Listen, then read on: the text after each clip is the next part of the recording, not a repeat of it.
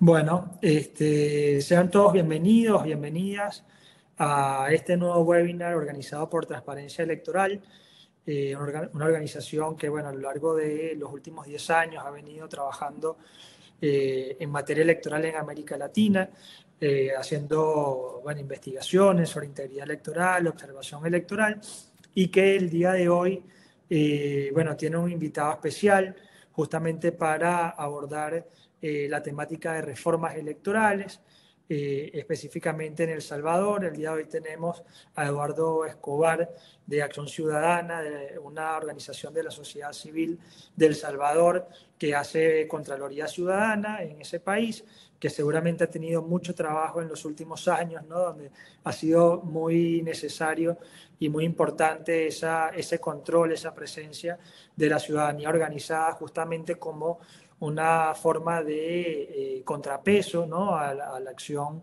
del Ejecutivo, más aún en un contexto como el salvadoreño, ¿no? Donde el oficialismo tiene una mayoría calificada en el legislativo y le ha permitido también llegar o cooptar, ¿no? Otros poderes, el poder judicial, por ejemplo, donde se ha avanzado, y de eso Eduardo seguramente nos va a hablar, para modificar la Constitución y la legislación de manera de beneficiar al oficialismo y que se dirige a una elección, ¿no? El año que viene, una elección general en la que ya se ha intentado modificar el texto constitucional para habilitar una reelección para el presidente Nayib Bukele, o mejor dicho, para eliminar las restricciones a la reelección que estaban establecidas.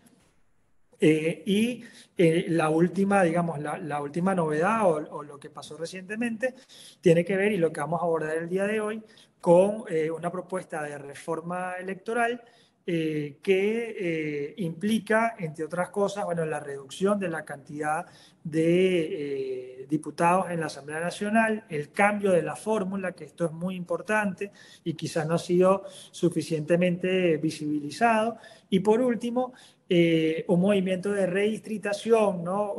Que se ha justificado con un tema que tiene que ver con la disciplina fiscal, el ahorro del gasto, la austeridad, pero que efectivamente tiene consecuencias en lo que tiene que ver con la representación partidaria y que no es un movimiento muy distinto a los que se han hecho en otros países, justamente para aprovechar los bastiones del oficialismo a nivel electoral y de alguna manera disolver, ¿no? O quitarle peso a aquellos lugares donde se concentra el voto opositor.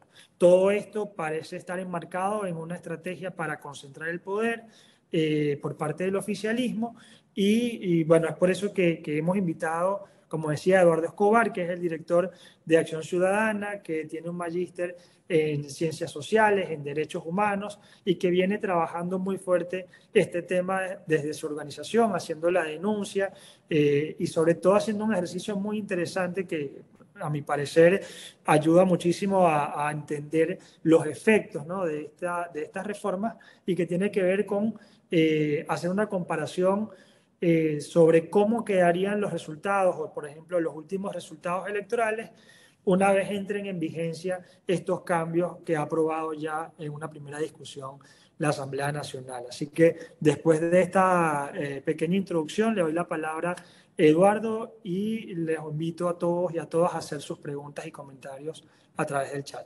Bienvenido, Eduardo. Bueno, en primer lugar, gracias por la invitación a comentar este tema de la reforma electoral en El Salvador. Voy a compartir una pantalla, trataré de ser lo más conciso posible para tratar de llegar a unos 20 minutos de exposición y luego abrir el espacio a preguntas. Se ve la presentación, ¿verdad? Sí, bueno, ok.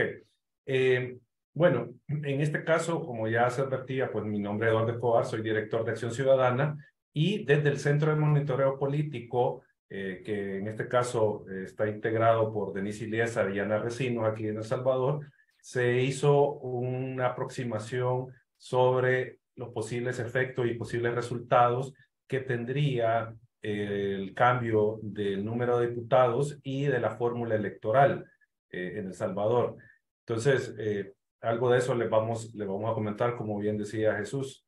Así que antes de entrar, digamos, al tema de los datos, solo quiero hacer una breve puntualización sobre la reforma electoral en El Salvador. Habrá que decir que la reforma electoral salvadoreña no avanzó desde los acuerdos de paz. O sea, El Salvador firmó los acuerdos de paz en el 92 y se tenía pues una agenda mínima de reforma electoral que pese a estar ahí planteamientos claros como una ley de partidos, control del financiamiento de campaña, nunca se llevó adelante, nunca se aprobó. O sea, los partidos políticos no estuvieron interesados en hacer esta reforma. Había una renuencia grande de los partidos a hacer los cambios. Y esto creo que es importante porque esa renuencia histórica que se observó ahora ha pasado factura, y una factura bien grande para los partidos políticos, porque se hubiese hecho una reforma consensuada, debatida, dándole cierto sentido, no estuviéramos en esta situación, pero como no se hizo, entonces ahí hay, digamos, un efecto de no haberse puesto de acuerdo los partidos políticos desde el 92 hacia acá. Pero, digamos, la reforma, a pesar de esto, siempre se dio una reforma electoral que fue promovida por las organizaciones de sociedad civil, o sea, desde la ciudadanía, es que se empujó una agenda de reforma electoral que en aquel momento contó con el apoyo de una sala de lo constitucional que por sus sentencias incluso solo por que los partidos sabían que la sala tenía una demanda sobre cierto tema electoral, hacía que se reformara la ley. Es decir, el actor protagónico de la reforma electoral desde 2009 hacia acá fue la ciudadanía organizada y la sala de lo constitucional, que esto permitió hacer reformas en El Salvador en temas de transparencia de partidos, elecciones internas, voto en el exterior, consejos municipales plurales, lista abierta, ciudadanización del Tribunal Supremo Electoral y la Junta Receptora de Votos, por mencionar algunos de los cambios que se promovieron desde sociedad civil en sala de lo constitucional. Y en este caso, pues la Asamblea no le quedó otra y a regañadientes que aprobar algunas reformas. O sea, no tuvo otra alternativa que tener que aprobar reformas a partir de estas sentencias. Pero, como decía, el proceso de reforma no era del agrado de los partidos, quedaron algunos temas pendientes que se terminaran de regular. Por ejemplo, voto en el exterior. Siempre quedó pendiente la regulación y lo que yo digo, ahora Nuevas Ideas aprueba una reforma de voto en el exterior que va a ser voto electrónico, permitiendo voto con el documento de identidad y con el pasaporte, aunque estén vencidos, sin empadronamiento y sin tener, digamos, claro, temas de seguridad y de transparencia de ese proceso.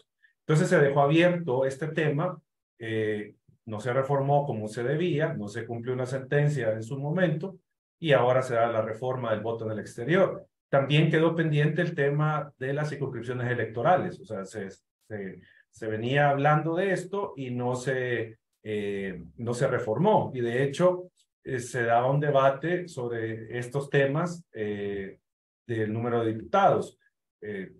Y sobre esto quiero ya comenzar a entrar un poco en detalle. En El Salvador tenemos un Congreso unicameral que contaba con 84 diputados distribuidos en 14 circunscripciones departamentales. En El Salvador los 14 departamentos son las 14 circunscripciones. Y se usaba la fórmula electoral JAR resto mayor. Esa era la fórmula que se usaba en El Salvador. Y esta configuración, lo que hacía era que el sistema electoral salvadoreño propiciara gobiernos divididos, a excepción de 1985 y 2021. Es decir, el partido del presidente no obtenía la mayoría en el Congreso. Entonces teníamos un gobierno dividido, lo que obligaba a que el partido del presidente, que por lo general era el mayoritario, tuviese que negociar alianzas políticas, alianzas legislativas con otras fuerzas parlamentarias para lograr la mayoría. Obviamente esto tuvo sus efectos, tuvo sus derivaciones, ¿verdad? Pero, digamos, el sistema electoral estaba configurado precisamente de esta manera para distribuir el poder y generar representación de partidos minoritarios en el Congreso, dándole vida pues a lo que dice la Constitución de El Salvador del pluralismo político y el pluralismo ideológico. Entonces, eso es lo que nosotros teníamos como configuración legislativa y el sistema electoral en la elección legislativa. Ahora, este tema de reducir el número de diputados, pues aquí hay, digamos, dos puntos, y ya vamos a ver qué es lo que se reformó. Pero se venía discutiendo desde hace unos años, no con un gran debate, pero sí había una discusión sobre el número de diputados que debería de tener El Salvador. Entonces estaba eso ahí, y nosotros sabemos que en casi todos los países hablar de reducir el número de diputados es bien visto por la ciudadanía, lo aplauden. Entonces no es la excepción El Salvador. Cuando salía este tema, pues tenía de alguna manera el beneplácito de la gente, pero nunca se tuvo el consenso político en la Asamblea para hacer esta reforma, para modificar el número de diputados. Agrego que allá por el 2000 se dio una sentencia que eliminó la plancha nacional. O sea, los diputados por distrito nacional, que se conocen en algunos lugares, se eliminaron, pero no se ordenó eliminar 20 diputados, sino que lo que la sala dijo era de que tenían que ser electos bajo otro mecanismo, porque la plancha nacional, y de hecho, ahorita que estuvimos observando Guatemala, hay una papeleta del Distrito Nacional donde se elige a lo que aquí en El Salvador se llamaba plancha nacional, pero en El Salvador no había una papeleta especial para la plancha, sino que los mismos votos de las circunscripciones se reutilizaban para la plancha nacional. Entonces eso es lo que declaró inconstitucional la sala, que estaban eligiéndose de esa manera. Y lo que pasó en ese momento es que se redistribuyeron 20 diputados. Los 20 diputados de la plancha se redistribuyeron. Entonces, así teníamos 184, pero sin plancha nacional. Ahora, otro aspecto que me parece importante como contexto señalar es que la actual coyuntura, tal como lo mencionaba Jesús, política y la correlación legislativa, y no solo legislativa, pero digamos a partir de eso, permite que en El Salvador se pueda hacer un cambio al sistema electoral sin mayores complicaciones. O sea, el oficialismo tiene la mayoría calificada, que puede hacer cualquier cosa, o sea, son la mayoría absoluta, los 43 diputados son suficientes para reformar temas electorales, pero ellos tienen más que eso, entonces pueden hacer cualquier cosa. Con el agregado que no existe una sala de lo constitucional en este momento que pueda conocer alguna de estas reformas en caso de violar a la Constitución. O sea, no hay una forma de controlar la reforma electoral, que en el caso salvadoreño lo puede hacer la sala de lo constitucional, pero en este momento no existe sala, porque se han nombrado a 5 abogados afines al oficialismo de forma ilegítima y, como ustedes sabrán, se destituyeron a los legítimos magistrados. Entonces, hay legitimidad en esta conformación de la sala, entonces no se puede hacer la reforma. Pero, digo, no se puede controlar la reforma. Por eso decimos que no hay un contexto para frenar la reforma. Y esta reforma electoral que vamos a comentar no proviene de una sentencia ni de un acuerdo político partidario, sino que proviene de unas declaraciones del presidente por algún cálculo político que ellos hicieron, que ya vamos a ver cuál es, y a partir de eso se da. O sea, no hubo en ningún momento un debate, un diálogo social sobre la reforma, ni tampoco debate político, sino que fue decisión del presidente de la República. Otro elemento, la reforma viene 7 meses antes de las elecciones. O sea, no se reformó con suficiente antelación, sino que 7 meses antes, o sea, para poner todas las condiciones a favor del partido oficial. Y cierro que se da en un contexto autoritario, o sea, eso hay que decirlo claramente. Esta reforma viene como la siguiente etapa de la ruta autoritaria que ya recurrió Venezuela, que recorrió Nicaragua y que está recorriendo El Salvador, porque a esto hay que agregarle que viene la reelección inconstitucional del presidente. Entonces, es un contexto autoritario donde lo estamos viendo. ¿Y qué fue lo que se reformó en esta, con esta reforma, valga la redundancia, y cuál es la proyección para 2024? se hicieron dos cambios. Se redujo el número de diputados de 84 a 60, ¿sí? Eran aquellos 20 que yo les decía de la plancha. O sea, esos son los que se han eliminado, 4 diputados más. Se cambió la fórmula electoral, este es el segundo cambio. Se sustituyó la fórmula GAR por la de Hunt y se estableció el número de divisores según el número de diputados en la circunscripción. Si hay 5 diputados a elegir en la circunscripción, entonces los divisores son 1, 2, 3, 4, 5. Y así sucesivamente en las otras circunscripciones. No hubo cambios geográficos ni poblacionales en las circunscripciones. Se mantiene la población, excepto en San Salvador, que es la circunscripción más grande, porque ahí de forma arbitraria, se ha agregado el voto en el exterior. O sea, a San Salvador se van a dirigir todos los votos que se hagan de forma electrónica. Otro punto es que Acción Ciudadana advirtió el cambio de fórmula, porque lo que se venía discutiendo y lo que dijo el presidente era el cambio del número de diputados, pero nunca se habló del cambio de fórmula. Nosotros lo advertimos porque hicimos el ejercicio y notamos que reduciendo el número de diputados, Nuevas Ideas no tenían ningún beneficio. Entonces, ¿para qué reducir el número de diputados si no tenía beneficio? ¿Ya? Entonces nosotros hicimos el cambio de fórmula o a una menos proporcional como la Hunt y bingo, encontramos lo que les vamos a mostrar y por qué se ha hecho el cambio. En este ejercicio, que no se los voy a presentar todo, sino que lo más relevante por temas de tiempo, pero igual los invito a que en la página web de Acción Ciudadana puedan encontrar todos los cálculos, que ahí está más detallado, para que ustedes lo puedan verificar. Pero se usaron los resultados de las legislativas 2021. O sea, lo que pasó en 2021 se ha replicado en este ejercicio, atendiendo, pues que las encuestas marcan una tendencia similar, dándole más apoyo a Nuevas Ideas, y por eso consideramos que era válido hacer el ejercicio con datos 2021. Aparte que, pues, para hacer una proyección necesitábamos tomar los últimos resultados, pues entonces, por eso se utiliza 2021, los resultados. Obviamente se utiliza la fórmula Hunt que fue aprobada con el número de divisores según el número de diputados a elegir. Entonces, esas son generalidades que ya me llevé la mitad del tiempo, pero creo que era importante plantear estos puntos, al menos solo puntearlos para entender todo el contexto. Ahora vamos a la estimación numérica sobre la integración de la Asamblea Legislativa con el cambio del número de diputados y la fórmula electoral.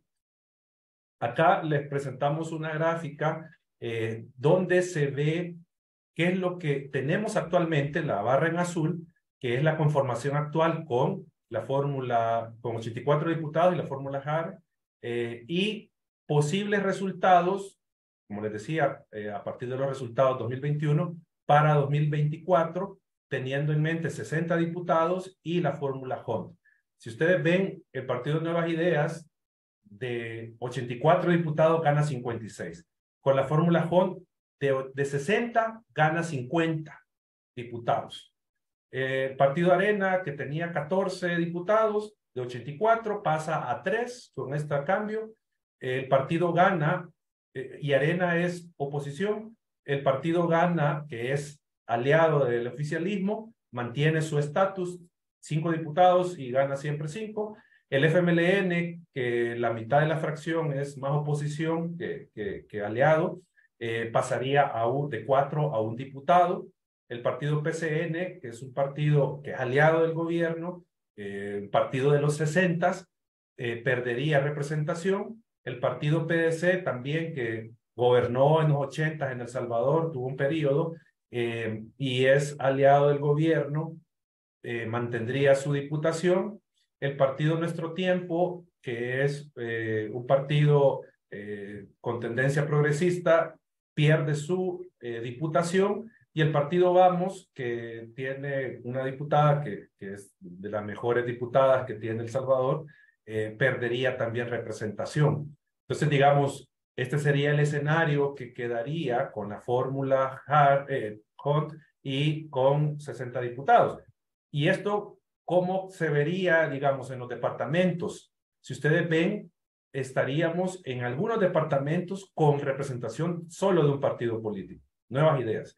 Por ejemplo, Usulután, Sonsonate, los partidos que ganarían completamente las diputaciones de Nuevas Ideas. Ustedes ven de Usulután hacia abajo, Sonsonate, La Unión, La Paz, Chalatenango, Cuscatlán, Ahuachapán, Morazán, San Vicente y Cabañas, todos los diputados los ganaría el partido oficial junto con su aliado, en este caso el partido Gana.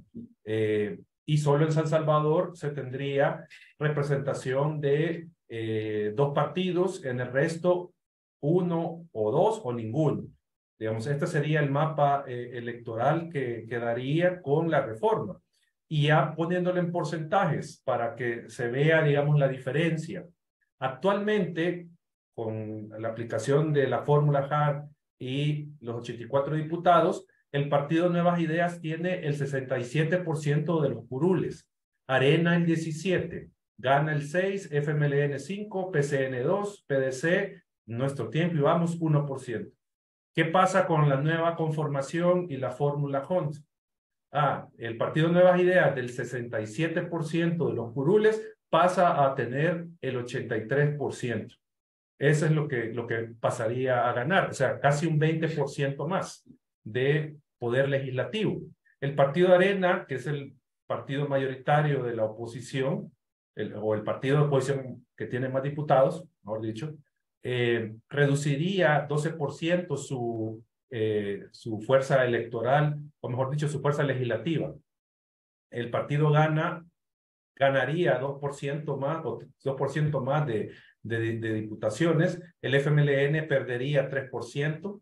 El partido PCN desaparece de la legislativa. PDC subiría a 1%. Entonces pasaríamos de un congreso de 8 partidos que actualmente tenemos a un congreso de 5 partidos, pero tendríamos al partido oficial con el 83% de los curules. O sea, es totalmente concentración de poder. ¿Cómo queda la relación de proporcionalidad entre votos y escaños con la fórmula Hunt? Aquí tenemos en la primera columna la proporcionalidad con los resultados 2021, así como en la segunda columna. El partido Nuevas Ideas, según los resultados 2021, obtuvo el 61% de los votos válidos en la elección y tiene 67% de los escaños. O sea, hay 6% de diferencia, pero hay cierta proporcionalidad. ¿Qué pasaría con la fórmula Hunt? Se dispara, digamos, la proporcionalidad en el tema de los escaños. ¿En qué sentido? Tendría, pasaría del 67% de los escaños al 83%, con solo el 61% de los votos. O sea, ahí sería más del 20% de desproporción que tendría el partido Nuevas Ideas. Por eso es que hicieron el cambio, porque con la fórmula genera una mayor desproporción que le beneficia obteniendo más escaños. El partido Arena tiene el 10% de los votos y obtuvo 17% de los escaños, ¿sí? Hay una cierta desproporción, pero con la fórmula Hunt pierde ese 17% y queda en 5% de los escaños. O sea, con el 10% de la votación solo obtendría 5% de los escaños. El partido Gana, con el 11% de los votos, obtendría 8% de escaños, ¿sí? Y el resto de partidos ustedes pueden ver que en general van perdiendo porcentaje de escaños con la aplicación de la nueva fórmula electoral. Y para concluir, porque ya solo me queda 1 minuto y medio más o menos para abrir el espacio, lo primero que hay que concluir es que si se disminuía el número de diputados, pero se mantenía la fórmula electoral, el partido Nuevas Ideas no obtenía mayor beneficio, no tenía ninguno, mejor dicho. O sea, y es lo que les decía al inicio, nosotros encontramos que lo que iban a hacer era el cambio de fórmula, esa era la clave. Porque incluso cambiando la fórmula sin disminuir diputados salían beneficiados. Pero el punto era que la reforma no solo iba en el sentido de disminuir diputados, sino que tenía que cambiar la fórmula electoral.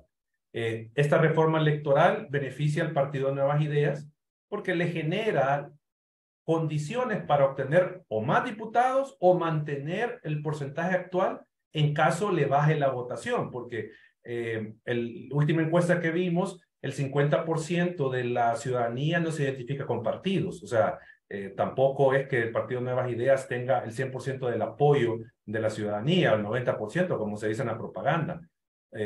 O sea, puede tener un bajón de popularidad y de votación el partido, pero necesitan mantener las mayorías que tienen actualmente, la mayoría calificada y la mayoría absoluta.